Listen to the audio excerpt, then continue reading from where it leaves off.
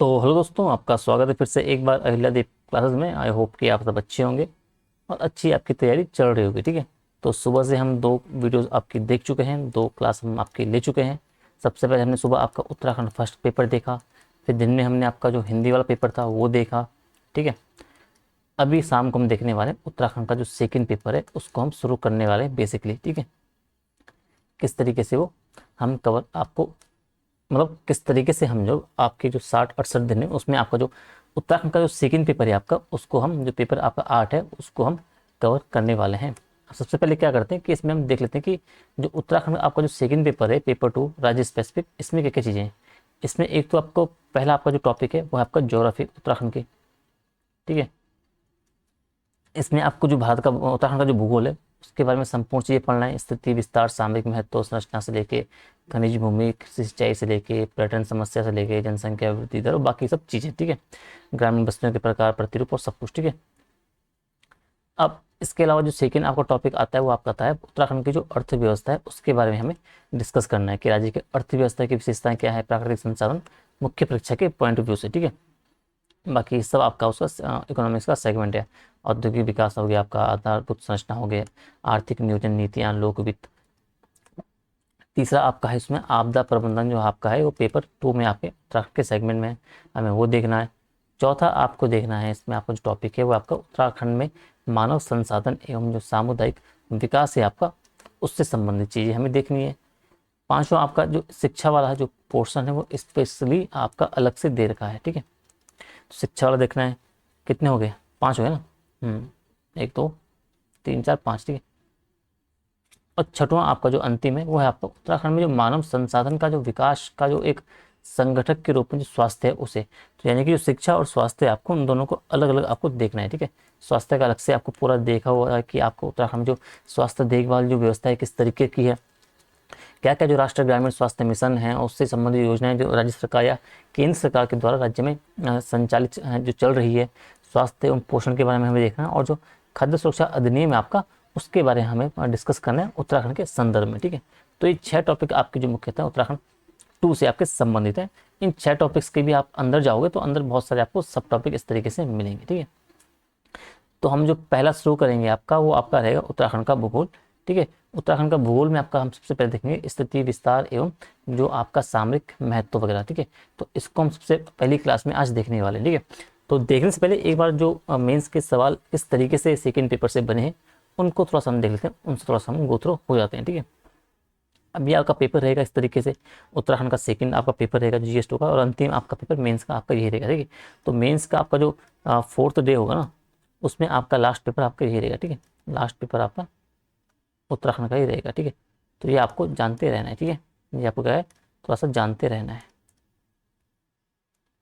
ठीक है, अब इसमें सेम पैटर्न आपका आपको अच्छे से याद कर लेना है। एग्जाम जो पैटर्न आपका है, 8 नंबर आपके 10 वाले हैं, सॉरी 8 सवाल आपके 10 वाले हैं, नहीं 10 सवाल आपके 8 वाले हैं और 10 सवाल आपके 10 वाले हैं। ठीक है, इसके अलावा 5 सवाल आपके जो हैं 4 वाले हैं, आपको ये भी थोड़ा सा याद रखना है। सेम आपको देखना है कि उत्तराखंड में आर्थिक विकास में फलोद्यान के बारे में पूछ लिया भाई, जो हॉर्टिकल्चर का इंपॉर्टेंट रोल क्या है, इकोनॉमिक्स जो आपका आर्थिक विकास है उत्तराखंड में उसमें क्या इंपॉर्टेंट रोल है, तो हमें वो देखना है। और ये आप कुछ नहीं, आपने कुछ भी नहीं कर रखा है, अगर आपने इकोनॉमिक सर्वे पढ़ा हुआ है उत्तराखंड का अच्छे से, तो ये आंसर आप वहीं से ईजिली वहाँ से लिख दोगे। ठीक है, इसमें सीधा सीधा आपको डेटा डालना है, सिंपल सी बात है। जिन फसलों के यहाँ पे उत्पादन हॉर्टिकल्चर के डिपार्टमेंट अधीन हो रहा है, क्योंकि आर्थिक विकास किस में बोल रहा है, तो आर्थिक विकास जो है आपको आंकड़े दिखाने हैं कि इसी वजह से आर्थिक विकास में इंपॉर्टेंट रोल निभाता है फलोद्यान आपका हॉर्टिकल्चर जो। ठीक है, साथ ही आपको जो पलायन रोकथाम आयोग है इस पर आपको एक टिप्पणी लिखनी है, इसको आपको याद रखना है। जो आपका सकल जो नामांकन अनुपात है आपका GSR आपका जो है, उसके आपको जो GSR है GR जो आपका है उसको आपको थोड़ा सा अच्छे से पढ़ना है। ग्रामीण विकास के बारे में पूछा गया है, ये देखो आप। इसके अलावा हम खाद्य सुरक्षा में जो PDS सिस्टम है आपका उत्तराखंड के संदर्भ में वो बोला गया है। साथ ही उत्तराखंड में राशन कार्ड के बारे में पूछा गया है। उत्तराखंड के जल भंडार के रूप में व्याख्या कीजिए, तो आपको पता है जल भंडार के रूप में पूछ क्यों रहा है, क्योंकि उत्तराखंड ग्लेशियरों की भूमि है, एक से एक ग्लेशियर उत्तराखंड में बड़े बड़े हैं। तो इस पर्सपेक्टिव से आपका ये जो ग्लेशियर वाला सवाल है, आपका जल भंडार वाला सवाल है, ये आपका इंपॉर्टेंट हो गया। उत्तराखंड की जनजातियों के बारे में पूछ लिया गया है कि जो सामाजिक आर्थिक जीवन यहाँ पर है किस तरीके से कठोर भौगोलिक वातावरण के प्रभाव को आपको उल्लेख करना है, उसे आपको बताना है प्रॉपर तरीके से। उत्तराखंड में पर्यटन उद्योग की समस्याएं क्या हैं, ठीक है। उत्तराखंड में गरीबी के निराकरण के लिए सरकार की जो विभिन्न योजनाएं हैं, तो योजनाओं के बारे में आपको प्रॉपर तरीके से आपको पता होना चाहिए। ग्रामीण विकास के कौन से 5 तत्व हैं जो नीति आयोग ने उसकी भूमिका पर प्रकाश डाली है आप ग्रामीण विकास में। इसके साथ ही जो स्वास्थ्य के क्षेत्र में क्या सार्वजनिक और निजी भागीदारी का आपको वर्णन करना है, ठीक है। महिला सशक्तिकरण के विभिन्न आयामों के आपके बारे में पूछ रहा है। बेरोजगारी के प्रमुख कारण क्या है, उसको बढ़ाने के लिए सरकार द्वारा संचालित प्रमुख योजनाओं की आपको विवेचना करने हैं। साथ ही आपदाओं पर प्रकाश डालना है, व्याख्या करनी है। आपदा प्रबंधन के बारे में एनडीआरएफ जो एक्ट है आपका, उसके बारे में एसडीआरएफ की आपकी भूमिका के बारे में पूछ रहा है। 10 नंबर में आप देखोगे तो अपवाह तंत्र और क्षेत्रीय जो भौगोलिक संरचना की परिणति है उत्तराखंड के संदर्भ में पूछ रहा है। जो यानी कि जो ड्रेनेज सिस्टम के बारे में बेसिकली पूछ रहा है। उत्तराखंड का स्मार्ट नगर देहरादून के बारे में बता रहा है कि आपको उसकी जो भौगोलिक व्याख्या करनी है, ज्योग्राफी आपको बताना है, ठीक है। तो लास्ट के जो टर्म है इससे आपको विशेष रूप से देखना है कि लास्ट में पूछ क्या रहा है। स्मार्ट नगर देहरादून के बारे में तो पूरा पता है, लेकिन जो आप एंड में क्या पूछ रहे हैं बताना वो है, ठीक है। एमएसएमई उद्योगों के बारे में संभावना और चुनौतियों की व्याख्या करने के लिए बोल रहा है, ठीक है। तो इस तरीके से आपके जो मुख्य परीक्षा के सवाल बनते हैं आपके पेपर 2 से। आपका देखो ये हो गया आपका जो LFPR आपका हो गया, श्रम शक्ति सहभागिता दर आपका हो गया। स्वास्थ्य सेवाओं की दशा उत्तराखंड में कैसी है, बहुत ही खराब है। मानवजनित आपदाओं के कारण जो प्रभावों की उत्तराखंड के संदर्भ में व्याख्या कीजिए, ठीक है। तो अभी हम जैसे जैसे कि हम आगे बढ़ेंगे, भूकंप आपदा हो गया, जैसे जैसे हम आगे बढ़ेंगे ना तो मैं आपको टॉपिक दूंगा, समझो, टॉपिक दूंगा आपको। तो कुछ ऐसे एवरग्रीन टॉपिक हैं आपके जिनसे कि आपका क्या है सवाल बनते ही बनते हैं, ठीक है। एक मिनट, ठीक है, समझो।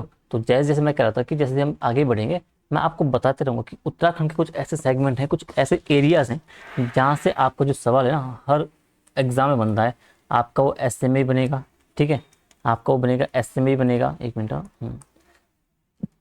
SMA बनेगा। उससे आपका उत्तराखंड पेपर 1 और 2 है उससे ही बनेगा। आपके इंटरव्यू के लिए भी इस पर्सपेक्टिव से भी इम्पोर्टेंट है। तो कुछ टॉपिक्स ऐसे हैं और उनका आपको मैं तरीका बता दूंगा। जैसे आपको मैं बोल दूं कि महिला सशक्तिकरण आपका उत्तराखंड का हो गया, आपका पर्यटन हो गया, पलायन हो गया, आपदा हो गया।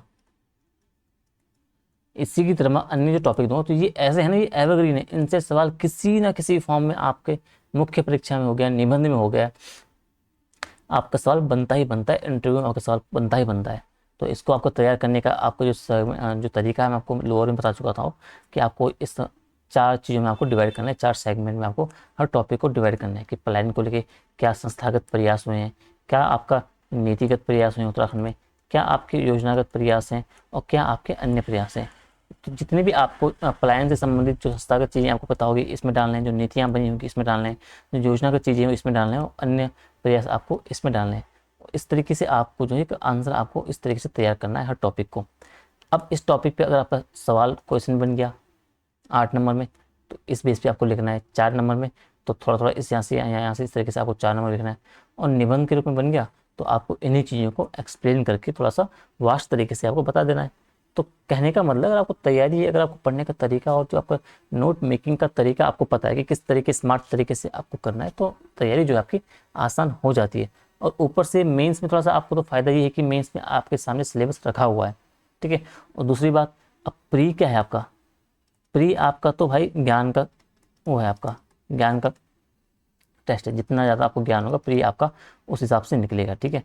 लेकिन मेंस ऐसा नहीं है। अगर मेन में आपका थोड़ा सा नॉलेज कम भी है ना, लेकिन आपको उसे परोसने का ढंग आपको आता है, संवारने का ढंग आता है, किस तरीके से आपको लिखना है, क्या क्या चीज़ें उसमें लिखनी है, तो आप कम बातों में भी अच्छे मार्क्स गेन कर सकते हो और अपना जो एग्ज़ाम है वो क्लियर कर सकते हो। अब मेंस में तो फ़ायदा आपका ये है कि मेंस में आपको बिल्कुल छोटे छोटे सेगमेंट आपको दे रखें और बता रखें भाई कि इसमें से सवाल आएगा और सवाल वहीं से ही आता है। अब इसमें बता रखा है आपको भाई कि नगरीकरण से हो गया, आपका स्मार्ट नगर के बारे में हो गया, जनजातीय निवास के बारे में हो गया, लिंगानुपात के बारे में हो गया, पर्यटन के बारे में हो गया, उनकी समस्या पूछ सकते हैं, उनकी संभावनाएं पूछ सकते हैं, ठीक है। तो इस तरीके से आपको जो एक पेपर आपको तैयार करने की आपकी स्ट्रेटेजी होती है, ठीक है। तो मैंने बक बहुत कर ली तरफ से। हम जो मेन हमारा जो कंसर्न है आपका ये है, उत्तराखंड सेकंड पेपर हम शुरू करने वाले हैं। और पहला हम इसमें जो अपने टॉपिक लिखे, ठीक है, 1 2 3 4 5 6 चलिए आपका स्वास्थ्य ध्यान, स्वास्थ्य यहाँ पे आपका 7वां टॉपिक था, ठीक है, स्वास्थ्य आपका। तो हम पहले ज्योग्राफी पढ़ेंगे, इकोनॉमी पढ़ेंगे, आपदा प्रबंधन पढ़ेंगे, उत्तराखंड में मानव संसाधन सामुदायिक विकास पढ़ेंगे, शिक्षा पढ़ेंगे और स्वास्थ्य पढ़ेंगे, ठीक है। तो पहला आपका जो है उत्तराखंड ज्योग्राफी आपका है, इससे हम थोड़ा सा देख लेते हैं, ठीक है। किस तरीके से वो आपको देखना है, ठीक है। तो सबसे पहले आप टॉपिक 2, ठीक है, एक मिनट, ठीक है। तो पहला टॉपिक जो आपका है ज्योग्राफी का है, इसे हम देखना शुरू करते हैं। स्थिति, आपका जो विस्तार और जो सामरिक महत्व आपका, वो हम देखते हैं, ठीक है। तो उत्तराखंड ज्योग्राफी हम शुरू करने वाले हैं यहाँ पर, ठीक है। जो पहला आपका टॉपिक आपका है स्थिति और जो सामरिक आपका, इन सब चीज़ों के बारे में हम थोड़ा सा देखेंगे, ठीक है। अब पहला टॉपिक आपका ही है कि उत्तराखंड की स्थिति एवं विस्तार के बारे में जो चीज़ें आपको है मेंस की दृष्टि से, वो हम देखने में, ठीक है। ठीक है, तो ये भाई उत्तराखंड मैप है, ठीक है। ये उत्तराखंड का मैप है, ये उत्तराखंड का मैप है। ये आप देखो, ये उसका उत्तरी किनारा है, ये उसका दक्षिणी किनारा है, ठीक है। ये उसका पूर्वी किनारा है और ये उसका पश्चिमी किनारा है, ठीक है। अब ये बोल रहा है कि उत्तराखंड की स्थिति आप जब देखोगे मैप में, इंडिया के मैप में, तो उसका जो अक्षांशीय विस्तार है आपका, जो देशांतरी विस्तार है, तो आप देखोगे जो 28 डिग्री और 34 मिनट से लेके 31 डिग्री 27 मिनट नॉर्थ में आपको जो उसकी स्थिति देखने को मिलती है, ठीक है। कहने का मतलब है ये आपका जो यहाँ पे, ठीक है, 28 डिग्री से लेके जो आपका ये 31 डिग्री 27 मिनट आपका नॉर्थ इसकी स्थिति है, ये इसका अक्षांश है।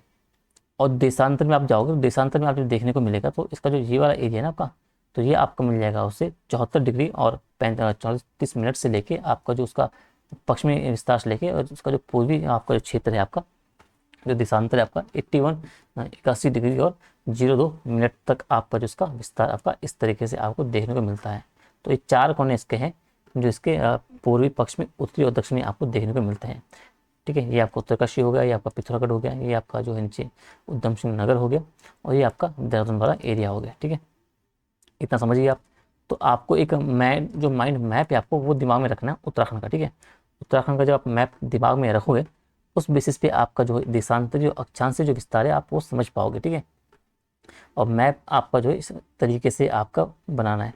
अगले लेक्चर में आपको बताऊंगा कि उत्तराखंड का मैप आसान तरीके से किस तरीके से आप जो है उत्तराखंड का जो मैप है वो आप आराम से जो है बिना प्रैक्टिस के भी, ज़्यादा प्रैक्टिस के भी आप किस तरीके से वहाँ पे ड्रॉ कर सकते हो, ठीक है। और अब मैप जो आपका है ना, उसमें आपकी मैप में ड्राइंग नहीं दिखती है। मैप में क्या आपका, मैप में आपका जो मैप होता है वो टेक्निकली थोड़ा करेक्ट होना चाहिए। उसकी सीमाएं वगैरह है, जो एक ज़िले से किस ज़िले में मिल रही है, किस राष्ट्र, किस राज्य के साथ मिल रही है, किस देश के साथ मिल रही है, उनमें गलतियाँ नहीं होनी चाहिए। बाकी चित्रकारी के रूप में अगर आपका थोड़ा सा खराबी बना तो चल जाता है, लेकिन टेक्निकली आपका जो मैप है वो बिल्कुल सही होना चाहिए, ठीक है। ये हमने देख लिया। अब इसमें आपको पता है कि जो क्षेत्रफल उत्तराखंड का है वो आपका है 53,483 वर्ग किलोमीटर है। पर्वतीय जो क्षेत्र है आपका वो लगभग 86.07% है, जिसमें कि आपका 46,035 वर्ग किलोमीटर का स्क्वायर आपको देखने को मिलता है, ठीक है। मैदानी क्षेत्र आपका जो है वो 13.93% आपका है, जिसमें आपका जो है 7,448 वर्ग किलोमीटर स्क्वायर का क्षेत्रफल आपका जो उत्तराखंड का आता है, ठीक है। इतना आपको जो बेसिक चीज़ है वो आपको थोड़ा सा ध्यान रखना है, ठीक है। अब बात करते हैं सीमाओं की, कि भाई इसकी सीमाएं कहाँ कहाँ हैं, ठीक है। सीमाओं जब आओगे तो जो कुछ तो इसकी है अंतर्राष्ट्रीय सीमाएं आपको देखनी है, कुछ या इसकी अंतर्राज्यीय सीमाएं वो आपको देखनी है, ठीक है। अंतर्राष्ट्रीय सीमा में आपको जो पता है, एक तो आपकी आएगी प्राकृतिक सीमा कौन कौन सी है, और राजनीतिक सीमा कौन कौन सी है। प्राकृतिक सीमा में जब आप आओगे तो आपको देखना पड़ेगा, जो आपका इसका उत्तर में आपको देखने को मिलता है तिब्बत का पठार, ठीक है। पूर्व में आपको मिलता है काली नदी, पश्चिम में इसका जो सीमा बनाता है वो आपका टॉन्स नदी, और जो दक्षिण में आपका जो सीमा बनाता है वो आपका है यूपी का जो तराई क्षेत्र है, वो आपका दक्षिणी वाला जो आपका जो है सीमा इसका बनाता है। इसको आपको थोड़ा सा ध्यान रखना है। ये उसका हो गया प्राकृतिक सीमाएं इसकी होगी, ठीक है।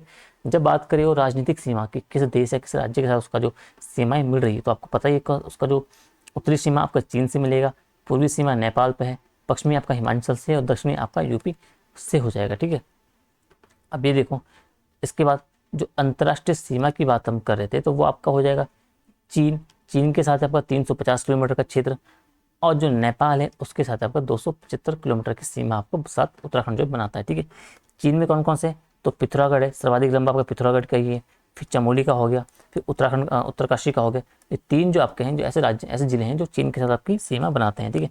उसके बाद आपको नेपाल को देखना है। नेपाल में आप जो पिथौरागढ़ वाला एरिया है, जो चंपावत वाला एरिया है, मतलब जो चंपावत वाला जिला है बेसिकली, जो उधम सिंह नगर है, तो वो क्या है आपका जो नेपाल के साथ जो आपका सीमा साझा करता है, और इसमें से आपका जो उधम सिंह नगर है वो सर्वाधिक कम सीमा आपका है नेपाल के साथ साझा करता है इन तीनों में से, ठीक है।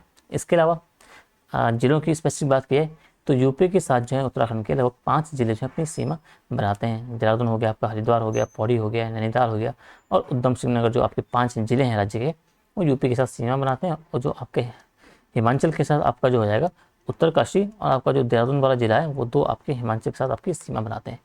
तो ये बेसिक सी जो आपके फैक्ट हैं आपको, ये आपने प्रीलिम्स के टाइम पे पढ़े होंगे, आपको अच्छे से आपको पता ही होगा, ठीक है। तो एक थोड़ा सा जनरल आइडिया देने के लिए आपको ये बता रहा था, ठीक है। अब आपका इंपॉर्टेंट एरिया शुरू होता है यहाँ से, उत्तराखंड का भौगोलिक विभाजन, ठीक है। अब हमें ये देखना है, ठीक है। अब जो अगला टॉपिक है आपका, जो टॉपिक नहीं है उससे जो सब टॉपिक है, उसमें जो इंपॉर्टेंट हम चीज़ देखने वाले हैं वो आपका कि उत्तराखंड का जो भौगोलिक विभाजन है किस किस तरीके से आपका हो रखा है, ये थोड़ा सा आपका इंपॉर्टेंट है। इस तरीके से आपका सवाल बन सकता है, ठीक है।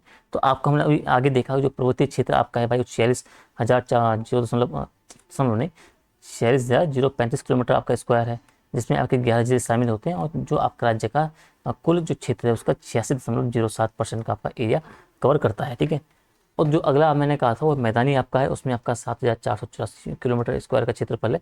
राज्य के इसमें जो 2 स्पेशली जो मैदानी जिले हैं, हरिद्वार और उधम सिंह नगर, उनका अधिकांश क्षेत्र इसमें आता है 13.93% के साथ, ठीक है। तो अब हम देखते हैं जो पर्वतीय क्षेत्र है वो किस तरीके से डिवाइड हो रखा है, ठीक है। हम पढ़ते हैं ना कि वृद्ध हिमालय, मध्य हिमालय, दून, शिवालिक, भाबर क्षेत्र, तो उसको हम ऊपर से नीचे की तरफ पढ़ते हुए आएंगे, ठीक है। किस तरीके से पढ़ना है वो अभी हम देखेंगे, ठीक है।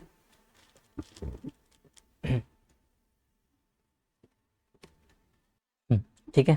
तो अब हम देखते हैं जो पर्वतीय एरिया आपका किस तरीके से डिवाइड होता है। तो सबसे पहले हम देखेंगे आपका ऊपर ट्रांस हिमालय, ठीक है।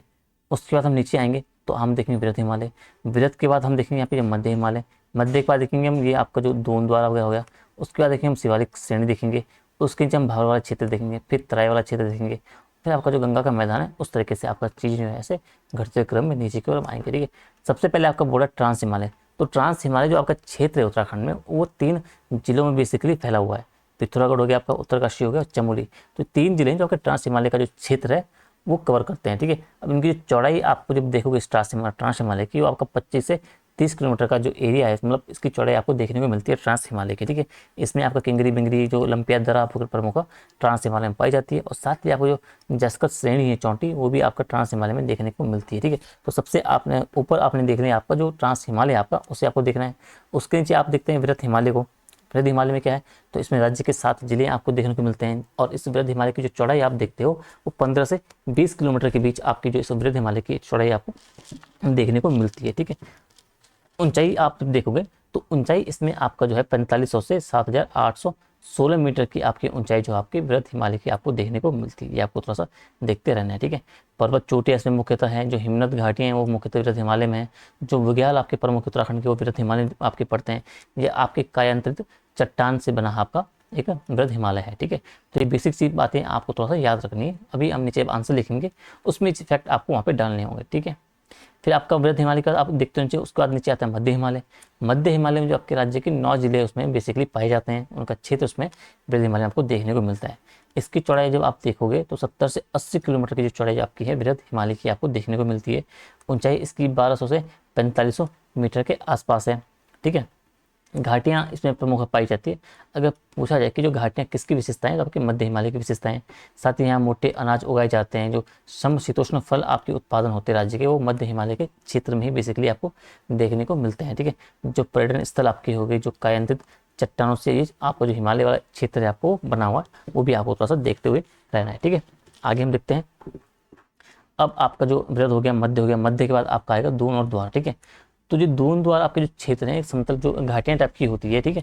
इनकी चौड़ाई आपकी जो 24 से 32 किलोमीटर तक आपको देखने को मिलती है। लंबाई जो इनकी होती है आपकी 75 किलोमीटर तक आपका दून द्वारों की आपकी लंबाई है, ठीक है।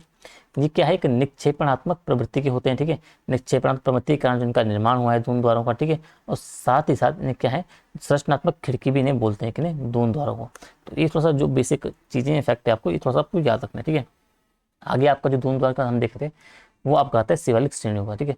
अब शिवालिक श्रेणी जो है कि नवीनतम आपकी संरचना है आपकी हिमालय के उसमें संदर्भ में। 7 जिले इसमें राज्य के आपको देखने को मिलते हैं। सर्वाधिक वर्षा कहाँ होती है, तो शिवालिक श्रेणी में होती है, आपको याद रखना है। मैनाक पर्वत शिवालिक श्रेणी को बोलते हैं। अवशाली चट्टानें जीवाश्म इसमें पाए जाते हैं, ये आपको थोड़ा सा याद रखना है, ठीक है।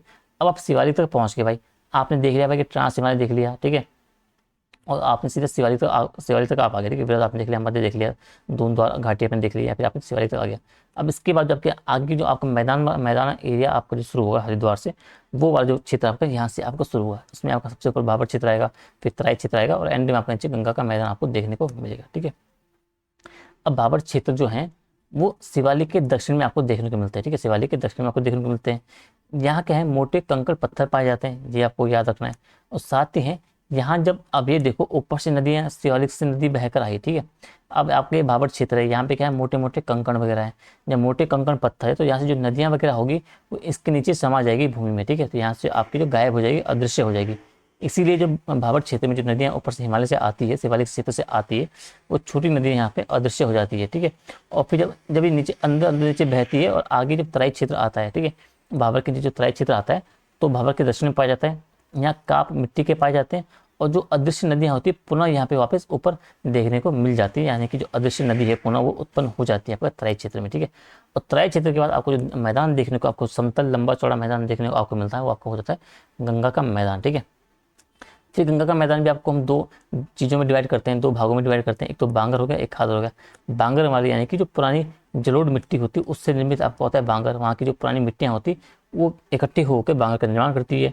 वहीं खादर जो आता होगा वो आपका है नवीन जलोढ़, जो मिट्टियाँ आती है वो नवीन खादर का निर्माण करती रहती है, ठीक है। ये आपको थोड़ा सा याद रखना है। बांगर आपका ऊंचा भूभाग है, ठीक है। खादर आपका निचला भूभाग है। ये ऊंचा इसलिए क्योंकि लंबे समय से जो पुरानी जलोढ़ मिट्टी आई है वो ऐसे जमा करती जाएगी ना, तो इनके इकट्ठा होती रहेंगी, ठीक है। अब ये जैसे जैसे ऊपर बढ़ता जाएगा, ये पुरानी मिट्टी, ये पुरानी उसका जो है वो बढ़ता जाएगा, इतना आपको याद रखना है। अब जो नवीन जो आपकी जलोढ़ मिट्टी आएगी वो नीचे निचला भाग होगा, ठीक है। तो जो नवीन जलोढ़ मिट्टी आपका निचला भाग हो गया, और जो ऊंचा भाग आपका हो जाएगा वो गंगा का जो बांगर वाला क्षेत्र है, गंगा जो बांगर वाली मिट्टी है वो हो जाएगा, बांगर क्षेत्र आपका हो जाएगा, ठीक है। तो बांगर आपका एक अधिवास युक्त है और इसकी उर्वरता भी कम है, ये भी थोड़ा सा आपको याद रखना है, ठीक है। अब खादर का क्या है, जो ये कृषि उर्वरता भी इसकी अधिक है, और यहाँ कृषि कार्य भी अधिक ज़्यादा हुआ है क्योंकि यहाँ की उर्वरता जो है ज़्यादा है। तो ये थोड़ा सा बेसिक चीज़ें आपको थोड़ा सा याद रखनी है, ठीक है। अगला हम देखते हैं थोड़ा सा जी, जो मैं आपको बताना चाहता, ठीक है। तो आपने देख लिया ये ट्रांस हिमालय आपका हो गया, ठीक है। फिर आपका ये वृहद हिमालय आपका हो गया। इसके नीचे आपने देखा लघु हिमालय देख लिया, ये आपने देख लिया दून द्वार की घाटियाँ यहाँ पे देख लिया आपने दून द्वार की। फिर आपने देखा ये भाई या जो आपका शिवालिक हिमालय वो आपने देख लिया। इसके बाद मैंने कहा था ये बाबर आपका क्षेत्र हो गया, बाबर क्षेत्र हो गया मोटे कंकड़ का, ठीक है। यहाँ जो नदियाँ वगैरह आएगी इसके अंदर गायब हो जाएगी। फिर तरह की जो काप मिट्टी वाला क्षेत्र, यहाँ का आपकी जो नदियाँ पुनः आपकी उत्पन्न हो जाएगी, ठीक है। ये फिर आपका खादर वाला क्षेत्र है किनारे किनारे, और आपका जो ये बीच का आपका हो जाएगा फिर बांगर वगैरह हो जाएगा, ठीक है। ये आपको थोड़ा सा याद रखना है, ठीक है। सॉरी बांगर यहाँ पे नीचे हो जाएगा नवीनतम, और ऊंचे वाला टीर आपका जो खादर हो जाएगा, ठीक है। वो देखो अब जो सवाल आपका बनता है प्रीलिम्स से बनता है, मुख्य में क्या बनता है, या 4 नंबर में आपको बेसिकली एक इस तरीके से दे सकता है कि भाई सीमांत वन से आप क्या समझते हो, या केंद्रीय वन से आप क्या समझते हो, या किन दो पर्वतों के किन हिमालयों के बीच है, तो इनको आपको थोड़ा सा याद रखना है, ठीक है। जैसे आपको पता ही है जो आपका एमसीटी आपका जो मेन सेंट्रल थ्रस्ट है आपका, वो आपका क्या है लघु हिमालय और वृहद हिमालय के बीच है। फिर आपका जो हो जाता है लघु हिमालय और जो बाह्य हिमालय के बीच आपका जो एमबीटी आपका मुख्य मेन बाउंड्री थ्रस्ट आपका वो हो जाएगा वंश, आपका मुख्य सीमांत वंश आपका इसमें हो जाएगा। और फिर आपका जो वृहद सीमांत वंश है आपको सबसे नीचे आपको देखने को मिलता है, ठीक है। तो ये 3 चीज़ तो आपको थोड़ा सा याद रखनी है, ठीक है, ठीक है। अब थोड़ा सा हम परिभाषा के रूप में देख लें ताकि एक कंटेंट आपके पास थोड़ा सा आ जाए लिखने के लिए, ठीक है। आप इनके नोट्स खुद बनाएंगे उस तरीके से, ठीक है, अपनी लैंग्वेज में।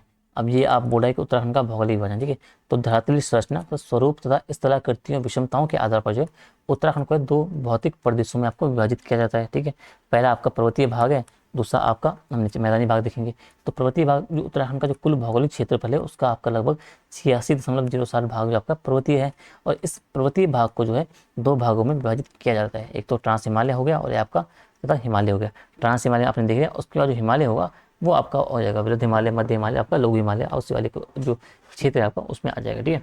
तो ट्रांस हिमालय में देखा तो हिमालय का जो उत्तर वाला क्षेत्र है और जो तिब्बत का जो दक्षिण वाला क्षेत्र है उसमें लगभग आपका जो 24 से 32 किलोमीटर जो लंबा आपका चौड़ा एवं जो 2500 से 3000 मीटर तक जो ऊंचा वाला भाग है आपका वो ट्रांस हिमालय आपका जो क्षेत्र है वो ट्रांस हिमालय आपका कहलाता है, ठीक है। ये आपको याद रखना है, ठीक है। और इस ट्रांस हिमालय क्षेत्र को आपका जो है जैस्कर श्रेणी भी कहा जाता है, ठीक है। और इसी भाग में जो आपका है लिपुलेख हो गया, लंपियादुरा हो गया आपका, ठीक है, लिपुलेख हो गया आपका, एक मिनट, लिपुलेख आपका हो गया, लंपियादुरा हो गया आपका, इन जैसे आपके जो प्रमुख दर्रे हैं आपके वो इसी ट्रांस हिमालय में स्थित हैं, अवस्थित हैं। और प्राचीन समय क्या है, इन दर्रों का उपयोग जो आपका है व्यापारिक उद्देश्य हेतु किया जाता था। तो इतना आपका ट्रांस हिमालय में आगे जो मेन चीज़ आनी चाहिए, ठीक है। उसके बाद आपका हिमालय शुरू हो रहा है कि हिमालय में क्या है, तो हिमालय आपका जो पर्वत है उसमें 3 प्रकार की आपका जो है समांतर पर्वत श्रेणियाँ का वो समूह है, ठीक है। तो 3 पर्वत श्रेणियाँ कौन कौन सी, अब हम वो देख लेते हैं, ठीक है। अब पहला आपका हम देखा वृहद हिमालय। तो वृहद हिमालय आप देखो तो इसे जो है आपका आंतरिक उच्च हिमालय का जो है इसे हिमाद्री भी कहा जाता है। तो वृहद हिमालय आपका हिमाद्री भी वृहद हिमालय को कहा जाता है। 15 से 30 किलोमीटर ये चौड़ा है और इसकी जो ऊंचाई आपकी देखने को मिलती है 4500 से 7816 मीटर का जो ऊंचा ये भाग है, ये ग्लेशियरों की प्राधानता है इसमें, सरानीरा जो नदियाँ वगैरह है इन सब का उद्गम आपका वृहद हिमालय में आपको देखने को मिलता है, ठीक है। और इस भाग में जो आपके अनेक बुग्याली पाए जाते हैं, किंतु यहाँ की जो जलवायु दशाएं हैं वो मानव जीवन के प्रतिकूल है, ठीक है। यहाँ पर आपके वृहद हिमालय की सबसे बड़ी जनजाति आपकी जो भोटे जनजाति है वो निवास करती है, और जो ऋतु प्रवासी तो आपकी जनजाति है वो पता ही है। और वृहद हिमालय में आप जब देखोगे तो उत्तराखंड के कुल आपके 6 जिले स्थित है, ठीक है। ये आपको थोड़ा सा देखना है। वृहद हिमालय आपका हो गया, जितनी बेसिक चीज़ें आपकी आनी इसमें चाहिए थी। फिर आपका आएगा मध्य हिमालय। तो मध्य हिमालय आपका जो है 70 से 80 किलोमीटर आपका चौड़ा है और 1200 से 4500 मीटर ऊंचाई वाला यह भाग जो आपका है अनेक रमणीय स्थल हेतु प्रसिद्ध है। तो राज्य के जो प्रमुख रमणीय स्थल आपके मध्य हिमालय क्षेत्र में पड़ते हैं, ये आपको थोड़ा सा ध्यान रखना है, ठीक है। और इस भाग में कुछ नदियां जैसे आपकी रामगंगा होगी, कोशी होगी, इनका भी उद्गम आपका मध्य हिमालय से होता है। और इस भाग में ये नदियां जो घाटियां होती है मोटे अनाज के उत्पादन में क्या है कि महत्वपूर्ण रोल निभाती है, फिर अनाज के उत्पादन हेतु महत्वपूर्ण जानी जाती है। और साथ ही मध्य हिमालय आपका तथा जो वृहद हिमालय, इनके मध्य जो आपका है मुख्य केंद्र भ्रंश पाई जाती है, अभी हमने ऊपर देख लिया था, ठीक है। तो ये बेसिकली कुछ चीज़ें आपके मध्य हिमालय के बारे में थोड़ा सा पता होनी चाहिए, ठीक है। आगे है शिवालिक श्रेणी।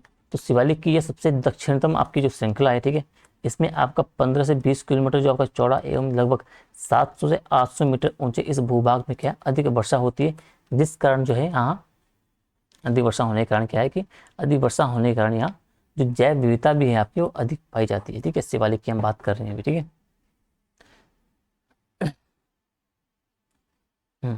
अब उत्तराखंड के जो 7 जिले हैं वो इसमें क्षेत्र में फैले हुए हैं, इस पर्वत श्रृंखला में फैले हुए हैं, और इस भाग में आपके जो है जीवाश्म भी पाए जाते हैं, ठीक है। ये आपको थोड़ा सा याद रखना है। शिवालिक तथा जो मध्य हिमालय के जो बीच आपकी जो मुख्य आपके सीमांत भ्रंश है वो भी यहाँ पाई जाती है, तो इसको भी आपको थोड़ा सा याद रखना है, ठीक है। तो शिवालिक आपका इस तरीके से हो जाएगा। फिर अगला हम जो देखते हैं आपका दून और द्वार देखते हैं। तो दून द्वार में आज आपका मध्य हिमालय आपका हो गया, जो शिवालिक हिमालय आपका हो गया, उसके बीच आपका 25 से 30 किलोमीटर जो चौड़ी एवं जो 15 किलोमीटर लंबी आपकी जो संरचनात्मक जो घाटी पाई जाती है, वो जिन्हें आपका पश्चिम में क्या बोलते हैं, दून जैसे बोलते हैं, हरकी दून आपका हो गया, देहरादून हो गया, और पूर्व में आपको द्वार बोलते हैं, ठीक है। तो दून आपका बोलते हैं पश्चिम में और द्वार आपका बोलते हैं पूर्व में, जैसे कोटद्वार हो गया आपका, ठीक है। इस तरीके से जैसे हरिद्वार आपको कहा जाता है। इन घाटियों का निर्माण जो आपका है मध्य हिमालय तथा वृहद हिमालय से जो आपकी नदियाँ निकलती थी, उन नदियों के द्वारा जो आपके अवसाद हो गया, निक्षेप हो गया, उनके द्वारा जो आपके इन घाटियों इन दोनों द्वारों का निर्माण हुआ है। तो ये इतना बेसिक जो जानकारी आपको दोनों द्वार से संबंधित चीज़ें रखनी है, ठीक है। ठीक है। और फिर आपका उसके बाद जो आप देखते हो दोनों द्वारों के बाद उसका जो आपका जो एरिया आता है आपका जो मैदानी भाग, पहला हमने पर्वतीय भाग देखा, पर्वतीय हमने ऊपर की चीज़ें देखी, उसके बाद आपका था मैदानी भाग। अब मैदानी भाग आपने देखा कि उत्तराखंड का जो जनपद हरिद्वार और जो उधमसिंह नगर है वो मैदानी भाग में आपके अवस्थित हैं, ठीक है। और उत्तराखंड का जो भौगोलिक क्षेत्रफल है आपका उसका जो 13.93% आपका जो है उस क्षेत्र के अंतर्गत आपका हरिद्वार और उधमसिंह नगर के आपका जो एरिया है उसमें कवर करते हैं, ठीक है। इस भाग में क्या है आपकी जो है 4 प्रकार की आपकी संरचनाएं पाई जाती है, इनको आपको देखना है। अब 4 प्रकार की संरचनाएं कौन कौन सी मैदानी भाग में आपको पता ही, सबसे ऊपर आपको बाबर देखने को मिलता है। तो शिवालिक के ठीक दक्षिण में आप जब आते हो तो वहाँ पे जो तराई के उत्तर में और शिवालिक के दक्षिण का जो बीच वाला क्षेत्र है वो आपका बाबर वाला भाग स्थित है, ठीक है। तो ये क्या है कि जो हिमालय की जो नदियाँ जो द्वारा जो मोटे मोटे कंकड़ पत्थर जो आए थे उनका निक्षेपण हुआ यहाँ, और इस भाग में आपका बाबर का निर्माण हुआ। अब इसमें सर क्या होता है कि जब मोटे कंकड़ पत्थर है यहाँ, तो जो इस भाग में हिमालय से जो नदियाँ वगैरह निकलती है तो जो छोटे नदियाँ यहाँ पे होती है वो अदृश्य हो जाती है, ठीक है, क्योंकि उनके अंदर निक्षेप हो जाती है, निक्षेपित हो जाती है। और आगे जाके क्या होता है कि वो आगे जाके जो आपका तराई वाला क्षेत्र होता है वहाँ पे आपके वापस निकल के आ जाती है, ठीक है। थोड़ा सा यहाँ, ठीक है, कहाँ गया, ठीक है। और साथ ही पथरीला भूभाग होने के कारण क्या है कि इसकी जो कृषि उर्वरता है वो भी कम है, किसकी, भाबर की। ये आपको थोड़ा सा याद रखना है। दूसरा आपका है तराई। तो तराई जो आपके भाबर के ठीक दक्षिण में है, और ये थोड़ा सा महीन कॉक मिट्टी से निर्मित यह भूभाग है। और जब महीन कॉक मिट्टी से निर्मित है तो जाहिर सी बात है ये उपजाऊ क्षेत्र होगा, या कृषि जो आपका उत्पादन होगा वो अधिक मात्रा में होगा। ये आपको थोड़ा सा याद रखना है, ठीक है।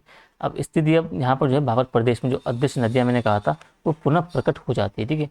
कॉक मिट्टी से निर्मित होने के कारण क्या है कि इस भाग की जो आपकी कृषि उर्वरता है वो अधिक है, ठीक है। और साथ ही आपका जो है उधम सिंह नगर आपका हो गया, जो जनपद आपका है वो संपूर्ण रूप से तराई क्षेत्र में आपका बसा हुआ है। तो यही कारण है उधम सिंह नगर में आप देखते हो गेहूं चावल का उत्पादन जो आपका बहुत ज़्यादा मात्रा में होता है, ठीक है। अब है गंगा का मैदान तीसरा। तो हरिद्वार का जो दक्षिणी भाग आपका है उसमें गंगा का जो मैदान का जो है वो विस्तार आपको देखने को मिलता है, ठीक है। अब यहाँ पे आपको जो पुरानी जलोढ़ मिट्टी होती है उससे निर्मित क्या है, ऊंचे भूभाग जो बांगर हैं, और जो नवीन जलोढ़ मिट्टी होती है उससे जो निर्मित आपके जो निचले भूभाग हैं वो खादर कहलाते हैं, वो आपके यहीं अवस्थित हैं, ठीक है। तो गंगा के मैदान में आपको ये चीज़ आपको देखने को मिलती है, ठीक है। तो ये इसमें हमने देख लिया आपका जो चीज़ें आपकी थी। तो ये आपको जो बेसिकली जो हमने टॉपिक अभी देखा, तो इसमें हमने चीज़ें जो कवर की आपकी, एक स्थिति देखी हमने, ठीक है। ठीक है, बस हाईलाइट मैं आपको करके बताता हूँ, ठीक है।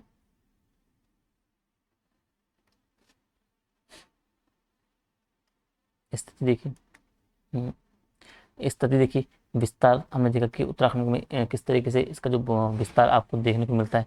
सामरिक महत्व आपको हमने देखा किस किस रूप से है, किस तरीके से आपका ये सामरिक महत्व के लिए आपका जो ये आपकी सीमाएं किस महत्वपूर्ण भूमिका निभाती है। आपकी संरचना हमने देखी, और उच्चावास की हमने थोड़ा सा मोटा मोटा चर्चा की, ठीक है। बाकी हम आगे आगे बढ़ेंगे तो बाकी चीज़ें कुछ रह जाती है उसमें आप आसास आपका जो है कवर करते हुए जाएंगे, ठीक है। अगला टॉपिक जो आपका वो होगा जलवायु का, ठीक है। और फिर अगला जलवायु हम अगले टॉपिक में उसमें देखेंगे, जो अगला आपका टॉपिक है जलवायु का, ठीक है। ठीक है, हाँ तो मैं क्या कह रहा था, जलवायु, जलवायु से पहले मैंने कुछ यहाँ पे छोड़ दिया है, ठीक है। बाकी चीज़ें हमने देख ली है। अब जो ये है ना आपका सामरिक महत्व, आपका जो है सामरिक महत्व आपका जो ये है, ये किस संदर्भ में आपका इंपॉर्टेंट हो सकता है, किस तरीके से इसके सवाल बन सकते हो। बेसिकली अगर पूछ सकता है कि उत्तराखंड की जो स्थिति है उसका सामरिक महत्व बताओ, या फिर आपका सीधा 150 शब्दों में या 125 शब्दों में आपका इस तरह के सवाल बन सकता है। तो सामरिक महत्व में जब आप आओगे उत्तराखंड के, तो आपको पता होना चाहिए कि उत्तराखंड जो यहाँ पे जाएंगे, ठीक है, यहाँ पे देखते हैं, यहाँ पे, ठीक है, यहाँ पे देखते हैं, ठीक है जी। हम यहाँ पे देखते हैं कि सामरिक महत्व देखते हैं, ठीक है, सामरिक सामरिक महत्व, ठीक है, उत्तराखंड की सीमा और इन सब का, ठीक है, या भौगोलिक स्थिति या भूगोल का, जिस तरीके से अगर घुमा फिरा के सवाल बने। अब पहला आप तो देखोगे पहला किस तरीके से आपका, तो जो आपकी जो अंतर्राष्ट्रीय सीमा है ना उत्तराखंड में, जो नेपाल तिब्बत से है, तो आप कह सकते हो कि अंतर्राष्ट्रीय सीमाओं की जो आपको देखने को मिलती है, इनकी क्या है, आपकी संवेदनशीलता आपकी है, ठीक है।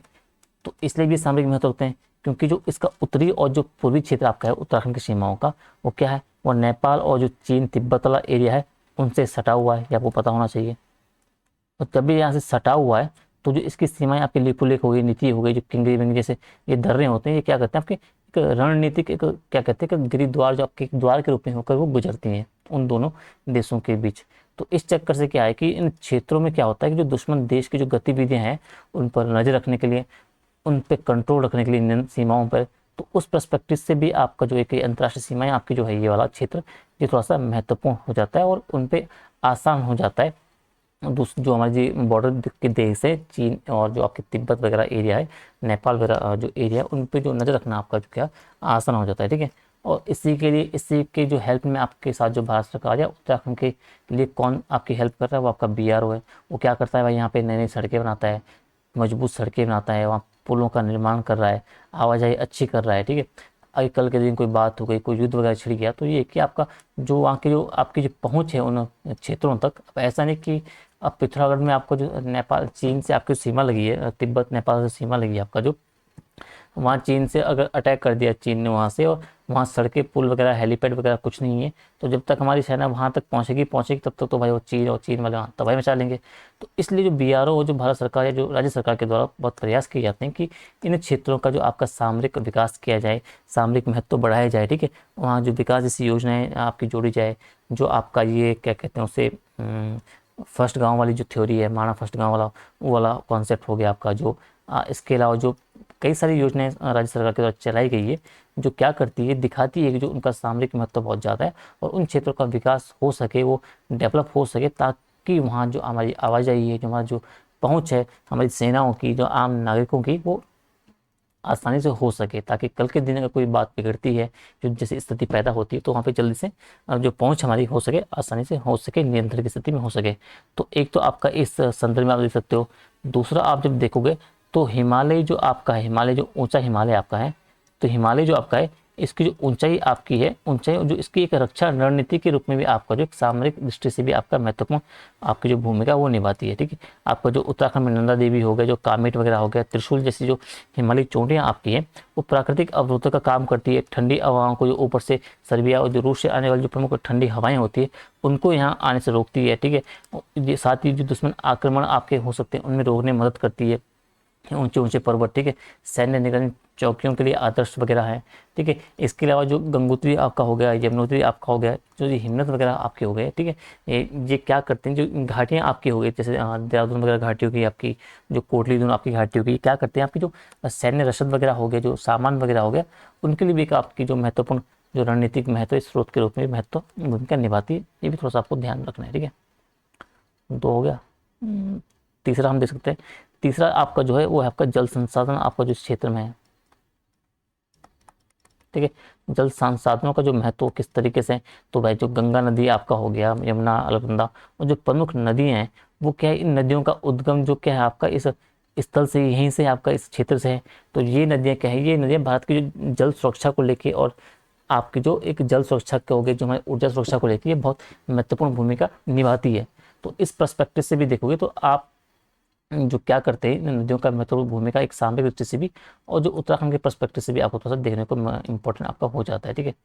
और चौथा आपका जो भूगोल के संदर्भ में आप देखोगे इसका सामरिक महत्व है, जो महत्वपूर्ण आप देखोगे तो आर्थिक आपका हो गया, और जो पर्यावरणिक महत्व आपका जो है, वो आपका जो उत्तराखंड की भौगोलिक एक जो विविधता है, वो एक जल विद्युत का केंद्र बनाती है। अभी हम लोग ऊपर जो इस टॉपिक को हम ऊपर देख सकते हैं, ठीक है। बाकी पर्यावरण आपको पता है कि काफ़ी भारी मात्रा में यहाँ पे वन आपका विस्तार है, तो उन सब चीज़ों से भी आपका एक महत्व आपका दर्शा सकते हैं, आप मतलब दिखा सकते हैं सामरिक महत्व के रूप में, ठीक है। ठीक है, तो सामरिक महत्व में ये सब चीज़ हमने देखी, ये सब चीज़ें आपकी जो सामरिक महत्व के अंतर्गत आपके आती है। जैसे जैसे हम उत्तराखंड में आगे बढ़ते जाएंगे, तो बाकी जो चीज़ें उसमें ऐड ऑन होती होगी, वो हम आगे उन चीज़ों को ऐड करते रहेंगे आगे के टॉपिक्स में, ठीक है।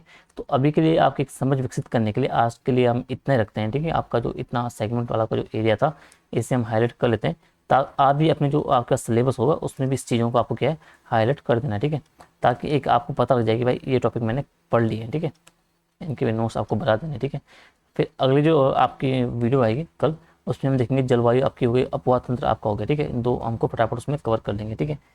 तो आज के लिए हम इतना ही रखते हैं। आई होप कि आपको क्लासेस पसंद आएगी, आपको समझ आया होगा चीज़ों को लेके, आपके डाउट थोड़ा बहुत क्लियर हो गए होंगे कि आपको तैयारी किस तरीके से करनी है मुख्य परीक्षा को लेके, ठीक है।